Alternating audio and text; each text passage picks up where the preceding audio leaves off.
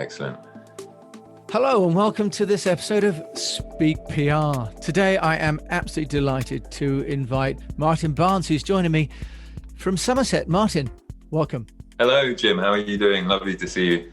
Yeah, lovely to see you too. Now, you and I know each other, Martin, from Beijing, so I'd expected that we would be speaking across the planet, but you're back due to COVID. Now, Martin, I've always admired what you've been working on, which is helping people and companies to communicate. Tell us, what are you doing now and how can you help business founders to get noticed and to tell their story? So thank you. Yes, I focus on helping people enjoy pitching and presenting, and specifically founders who are at the very beginning of their entrepreneurial journey, their business journey. So people who have amazing ideas that keep them awake at night, who have seen a problem and have a solution. And my job is to come in and help people enjoy telling the story of how their business can potentially grow. And how do you do that? Because lots of people have got value locked up in their business and they're just so focused on what they're building that they haven't got the confidence or the skill set to tell people. How do you help them unlock that, Martin? Because that's really the number one secret, isn't it? Absolutely. I think it's a really interesting question. From my perspective and having spoken to other people, presenting and pitching is what we do, but we've kind of forgotten that. And I have this story that I tell myself that cave paintings are really the world's first ever pitch. And the cave painting is the slide for that pitch. And so I imagine the cave people in the cave with a torch, with a cave painting, and the community of tribe people is there, and they're telling each other how to survive. And that was 65,000 years ago. We are storytelling creatures. That's how we communicate. And we kind of forgot that. And now we are so empowered with opportunities and technology and tools to start telling stories that we kind of need to remember or be reminded how to do that. So what would be a process that you take people through then, Martin? And you mentioned tools. I'm all into sharing cool technology for people to use. I love tools, and I go from a whiteboard to a laptop and even a smartphone for pitching. And I believe that you develop your ideas on paper, on a whiteboard, on Post-it notes, where you are thinking freely and you can get into a creative flow state.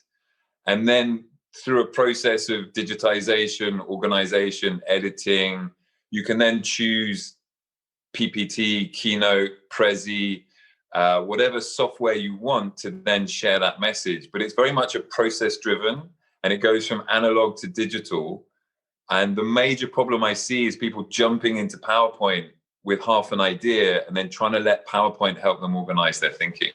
But just before that, before you get into the kind of writing it down, how do you help people distill the essence of the story? Because that's often, for many people, the kind of the first place to start. That's the hardest to articulate what it is that makes them special. How do you help with that?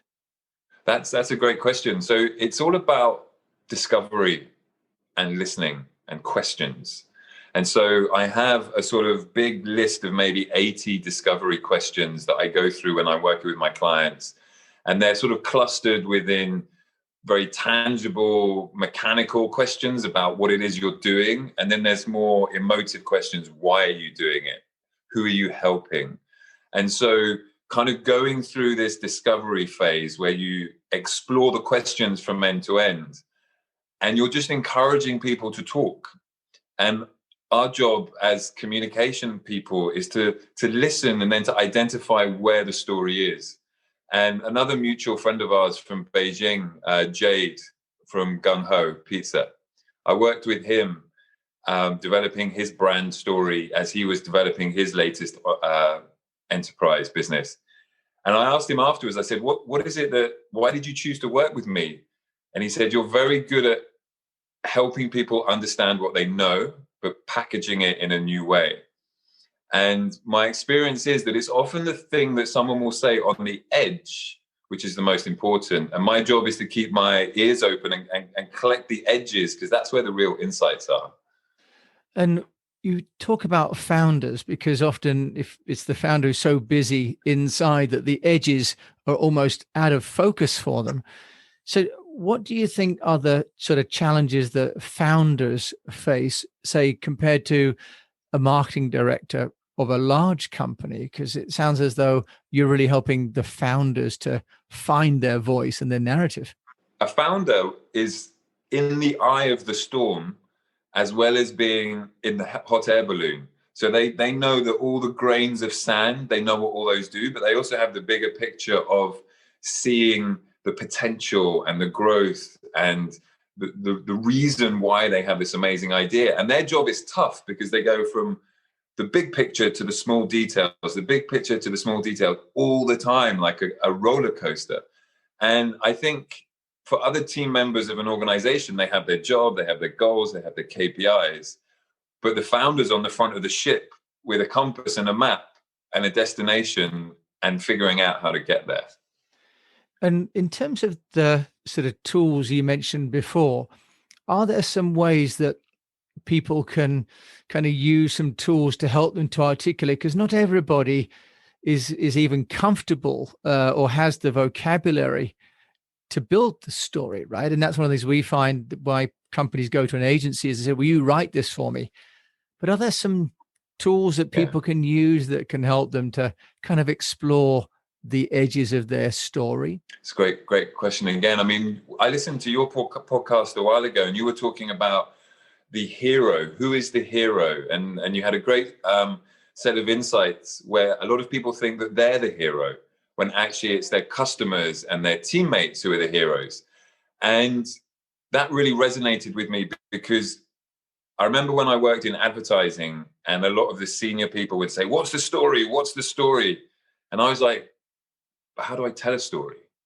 And it's only when you sort of go into a little bit of the previous framework of storytelling and, for example, the 3-act play and the protagonist, the antagonist, the climax. I mean, you've outlined it in other podcasts that I think people should listen to. And once you have a basic understanding of storytelling structure, you can then see the map. And I've developed a process called the 3-beat mountain, which is a pitch structure. And it's very loosely based on the 3-act play. And so whether it's Star Wars, Romeo and Juliet, Monkey King, Spider-Man, all stories are generally told in the same way on a structural basis, but it's the details of the characters and the drama that make it compelling. And so my structure, the 3-beat mountain, is a way of saying, what do you want to say first? What do you want to say second? What do you want to say third?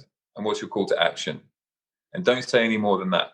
How do you then make sure that, if you like, it's different for each company? Because one of the problems with this kind of formula approach seems to be that there's a danger that everyone's ending up with the same story. Because this is the problem with possibly AI generated content, is that it can all end up looking kind of vanilla, really. So Martin, how do you help the founder to stand out? Because that's really what they want to be doing, right? Exactly. I mean, very, very good insight and understanding is that a structure is a tool. It's like a screwdriver. So it does the same job, but the carpenter makes the chair and the founder makes the pitch. And so I always, as well as talking about structures and tools, I talk about your goals and your audience, because you pitch to the audience in front of you. And the biggest mistake I see founders making is they make their pitch. They go, gosh, I've finished that. Now I can just pitch it at everybody. And then you're watching audiences going, why am I listening to this? This is not about me. You're the hero of your story. I'm supposed to be the hero of your story. And so a pitch needs to change for every single audience. And you can do that once you understand how the structure works. So the audience and what you're trying to achieve with the audience is really important. And then once you know that, you can put that thinking into the structure, and that helps you get to the end. So here's a question then for you, Martin, as the storytelling genius. If you're creating a different set of messages and a different pitch for each audience, how do you, as the CEO, the founder, kind of remain a consistent personality? Because if you think about, for example, you mentioned Star Wars and Obi-Wan, right? You're a mentor, aren't you? If you're the CEO, you're creating a facility or a structure for people to become a hero, move on their journey. But how do you, as the founder, then remain, if you like, consistent in your own personality and your own impression in the eyes of these different audiences? Absolutely. Then we're now opening Pandora's box and realizing there's another box inside, because if you have to essentially pitch to every audience, you need to sort of then step back a moment and go, what are my values? What is my mission? What is my vision? And once those high level concepts are really clearly understood, then you can cherry pick from that tree of vision the right fruit for the audience in front of you. And again, it's not about sharing everything. It's about sharing what matters to the audience in front of you that's going to move you closer to your goals. And I'm not an expert in this, but I have an understanding, because through failure, I used to over pitch because I felt it was important to get as much information transferred done as possible. But then I over pitched and failed because people were just like, time out, too much. You've knocked me over. You've hit me with a truck. And I wanted to get in a Lamborghini. And so again, once you've, as a leader, a CEO or a leader founder, you develop your mission and vision, and then you can pitch the key points of that to your different groups. You've got a new website called 8secondstoconnect.com. Tell us, is that the window of opportunity that we've got to convince someone to either buy from us or invest in our business? In a sense, yes. I think I was doing some research recently, and I read some academic papers that talked about attention, talked about message, talked about audience. And there was a lot of ideas that people were coming up with, saying, you need to pitch your pitch. You need to have a hook that grabs people's attention really quickly, so you know that they're listening before you deliver the main meal, for example, to continue the food analogy. So, for example, you go to a restaurant, you look at the menu, that's part of your experience. You choose an entree that warms up your taste buds, and then you have your main meal. And the same thing with a pitch is, if you jump in with the best bit first, people may have not tuned in yet. And so I came up with this concept of kind of, you have this 8 seconds to connect, because I was also hearing about TikTok and social media attention span and YouTube video duration. We tune out very quickly. And so I wanted to sort of focus on building on this Harvard-based research to then say, well, how can founders hook attention when they know they've got attention, because they can see head nodding and eyes and smiles, then they can deliver the main message. So what sort of tools or technologies, perhaps even a little bit off from PowerPoint and Visme, those ones we know, do you have any kind of niche storytelling tools that you think people should know about? Absolutely. There's a new one that's just come out this year. It has a fantastic name. It's called Mmhmm. So it's like a gesture. Mmhmm. It's an add-on, or it's a tool for making Zoom calls more interactive, because what it does is it allows the speaker or the presenter to be bigger in the frame of their online pitch. And therefore, they're no longer like a little side postcard, stamp-sized image, but they're actually part of the presentation. And I've started using it. I got on board with the beta version, so I'm in the beta testing group. I've used it a couple of times, and I can feel the higher levels of engagement through using this tool. And this is just one of many tools which I think is being developed as a reaction to COVID and the fact that we're now pitching, presenting, and telling stories in very different ways. But that's really a tool that we use at the end. At the beginning, for example, when we talk about connecting, I recently worked on my pitch. And when people ask me what I do now, I tell them I'm a crocodile wrestler, and I get a smile and a confused look. And then I explain that I have twins under 3, and my life feels like wrestling crocodiles. But when I'm not wrestling crocodiles, I'm a pitch coach, and I help you enjoy pitching. And I've used this with the British Chamber of Commerce in Beijing, with groups in the southwest of England. And I always get a smile. And so I'm sharing this story because my 8 seconds to connect is talking about crocodiles, but I'm painting an incredibly vivid picture in the mind of my audience that they will remember.